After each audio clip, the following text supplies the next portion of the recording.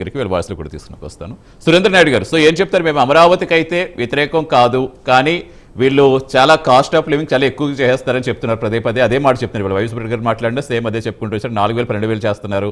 ఇదంతా ఎవరికి ఏంటి, మీకు ఎలా అనిపిస్తోంది? ఛానల్లో ఉన్నటువంటి పెద్దలు మీకు, అదేవిధంగా ప్రైమ్ 9 వీక్షిస్తున్నటువంటి ప్రేక్షకులకు నమస్కారాలు సార్. నమస్తే, చెప్పండి. ఇది పెద్దోళ్ళు సామెత చెప్తారు సార్, ఆడలేనమ్మ మధ్యలో ఓడు అన్నాడు. ఆడేదానికి చేత కాదు, కానీ మధ్యలో ఓడు కూర్చింది, అందుకని ఆడలేకపోయినాను. ఆ విధంగా ఉంది వీళ్ళ ఆచరణ. ఇప్పుడు మీరు నిజంగా అమరావతికి వ్యతిరేకం కాకపోతే అధికారంలోకి రాకముందు మాత్రం 30,000 ఎకరాలు కావాలా, ఇక్కడే ఉండాలా, చంద్రబాబుకు ఇల్లు లేదు, నేను ఇల్లు కట్టుకున్నా, నేను ఇక్కడే రాజధాని పెడతానని చెప్పినటువంటి పెద్ద మనిషి అధికారంలోకి వచ్చిన వెంటనే మీరేం చెప్పారు? ఇది శ్మశానం అంట్రీ, ఎడారంట్రీ, వేశ్యల రాజధాని అంటే ఒక అడుగు ముందుకేసి వేశ్యల రాజధాని అన్నాడు అంటే మీకు మిమ్మల్ని ఏం మాట్లాడాలా, ఏ పదజాలం మీ మీద వాడాలా అనేది నాకు అర్థం కాదు. అలాంటి వాళ్ళు మళ్ళా ఈ రోజు మీడియా ముందుకు వచ్చి మేము అమరావతికి వ్యతిరేకం కాదు, అడ్డము కాదు అంటే ఊసర వీళ్ళు కూడా సిగ్గుతో తలదించుకుంటారు సార్. వీళ్ళ వేషాలు చూస్తే ఊసర వీళ్ళు కూడా సిగ్గుతో తలదించుకుంటారు. ఎందుకు ఈ మాట అంటున్నాను అంటే, మీరు అమరావతికి వ్యతిరేకం కాదన్న వాళ్ళు గత 5 సంవత్సరాలలో ఒక తట్ట మట్టి ఇలా ఒక కాలం కట్టకపోగా అక్కడ మీరు పెంచేసినటువంటి పిచ్చి మొక్కలు తీయడానికి 30 కోట్ల రూపాయలు ఖర్చు అయింది.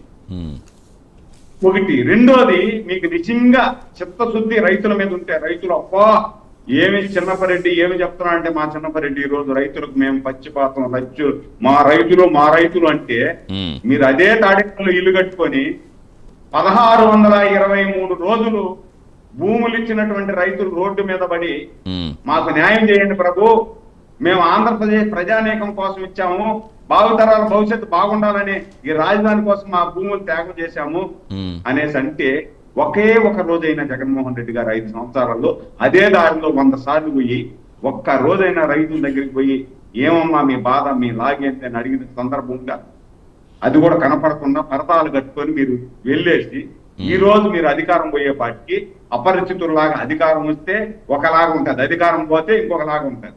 అపరిచితుల్లాగా ఈ రోజు ఏంది ABCDD జెడ్ వరకు ఉంటాయి మీ ప్లాన్. ఆచరణ సాధ్యం కావాలి కదా. మీరు అమరావతికి వ్యతిరేకం కాదన్న వాళ్ళు 3 రాజధానులు ఎందుకంటారు? 3 రాజధానులు అన్నప్పుడే మీరు అమరావతికి వ్యతిరేకం అనేది అర్థమైంది కదా.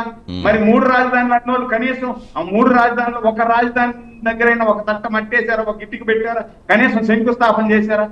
అది చేయలా. ఈ రోజు గన్నెత్తుకొని వచ్చి మాది గన్ అనేసి అంటున్నారు. సరే, అది కూడా అనుకున్నాం. మాది గన్ అంటే మీరేం చెప్పారు? విజయవాడ, గుంటూరు, మచిలీపట్నం. ఓకే, మరి ఈ రోజు మాదిగన్ అంటే గత 5 సంవత్సరాలు ఆ మాదిగన్ అడిగిపోయిందండి, ఎక్కడికి పోయింది? మీరు అప్పుడు గత 5 సంవత్సరాలు అదే చేస్తుండొచ్చు కదా. అంటే మీరు ఈ రోజు ఏం చేస్తున్నారు? మొన్నటి వరకు 3 రాజధానులు అని చెప్పి వైజాగ్ అంట్రీ, ఇప్పుడున్నటువంటి అమరావతి అంట్రీ, రాయలసీమ అంట్రీ. ఇప్పుడు మాదిగన్ పెడితే వైజాగ్ వాళ్ళని మోసం చేసినట్టే కదా, రాయలసీమ వాళ్ళని మోసం చేసినట్టే కదా, అమరావతిని మోసం చేసినట్టే కదా. అంటే వీళ్ళని మోసం చేయలేదా మీరు? రైట్. ఏం మాట్లాడుతున్నారు? గత 5 సంవత్సరాలు మీరు అధికారంలో ముఖ్యమంత్రిగా ఉండి మీరు ఈ భాష మాట్లాడడం కరెక్టేనా? ఒకటి. రెండోది, ఇంకొక మాట కూడా చెప్తున్నాడు. ఏమి? మీరు చట్టం చేస్తే ఇప్పుడే చట్టం ఎందుకు చేయాలా, మీరు చట్టం చేసినా కూడా మేము వచ్చిన తర్వాత చట్టాన్ని మార్చేస్తాము అనేసి. మీరు మార్చలేరండి. ఎందుకు మార్చలేరు అంటే, మీరు వచ్చేది లేదు, సచ్చేది లేదు, అది వేరే విషయం. గత 5 సంవత్సరాలు మీరే కదా ఉన్నారు. ఆ రోజు మార్చాలని చాలా ప్రయత్నం చేశారు కదా. మీ శక్తిని అంతా కూడగట్టుకొని ఈ రాజధాని ఉండకూడదు, మార్చేయాలని ప్రయత్నం చేశారు కదా.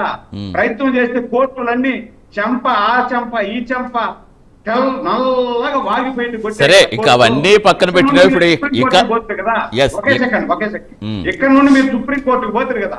ఈ కోర్టులు తీర్పు చెప్తే మీరు మార్చేదానికి కాదు, మీ వల్ల కాదు, ఇది నాగ బంధనం ఏర్పాటైంది, అమరావతి అనేది నాగ బంధనంలో ఉంది, ఈ నాగ బంధనాన్ని తీర్చేదానికి మీ వల్ల కాదు అంటే మళ్ళా సుప్రీంకోర్టుకి వెళ్ళారు. మీరు సుప్రీంకోర్టులో కూడా చెంపదెబ్బలు పడ్డాయి మీకు.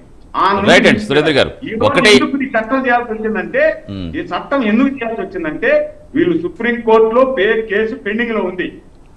కేసు పెండింగ్ లో ఉంది కాబట్టి 10 సంవత్సరాలు ఉమ్మడి రాజధాని హైదరాబాద్ అని చెప్పారు.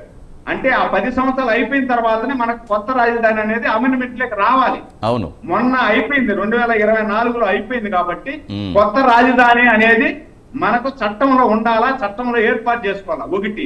రెండోది, ఏ రాష్ట్రంలో లేదు, ఈ రాష్ట్రానికి ఏంది చట్టం చేస్తా ఉండేది అనేది. విభజించేటప్పుడు చాలా రాష్ట్రాలలో రాష్ట్రాలు ఏర్పాటాయి కొత్తవి. కానీ విచిత్రం ఏమంటే మనకి ఇక్కడ ఆంధ్రప్రదేశ్ లో ఇక్కడ ఏదైతే కొత్తగా రాష్ట్రం ఏర్పాటైందో ఆ కొత్తగా ఏర్పడిన రాష్ట్రానికి ఉన్న రాజధాని వెళ్ళిపోయింది. మామూలుగా ఏమవుతాయంటే ఉండే రాజధాని పాత ఏర్పాటైన దాంట్లో కొత్తది ఏర్పాటు చేసుకుంటారు. ఆ భూభాగం వచ్చి తెలంగాణలో ఉంది కాబట్టి వాళ్ళకి వెళ్ళింది. గత్యంతరం లేని పరిస్థితుల్లో విడిపోయిన రాష్ట్రంలో రాజధాని ఏర్పాటు చేసుకోవాల్సినటువంటి ఆవశ్యకత అవసరం మనకి ఏర్పాటు అయింది కాబట్టి మనం చట్టంలో చేసుకుని ఏర్పాటు చేసుకోవాలా. ఇది కూడా తెలియకుండా మా అవి గన్ను, ఈవి గన్ను, ఆ గన్ను, ఈ గన్ను అంటే గన్నులు అంటే చాలా ఇష్టం కాబట్టి ఆయనకి. సరే, ఇంకా డైలమాలో ఆయన అవసరం. ఇక మనకి అమరావతి ఇప్పుడు ఎన్నాళ్ళు అయినా ఇప్పుడు 10-12 సంవత్సరాలు పూర్తయిపోయింది. ఇంకా రాజధాని గురించి మాట్లాడుకునే సిచ్యువేషన్లో ఉన్నాం. ఇంకా ఇక్కడతో పులి స్టాప్ పడాలని అనుకుందాం సార్. రైట్, శ్రీనివాస్ నాయుడు గారు, సో ఎలా చూడాలి? ఇప్పుడు చట్టబద్ధత కల్పిస్తామని చెప్తున్నారు, మళ్ళీ గతంలో పొరపాట్లు పునరావృతం రిపీట్ కాకుండా పూర్తిగా అడ్డుకుంటుందని అనుకోవచ్చా?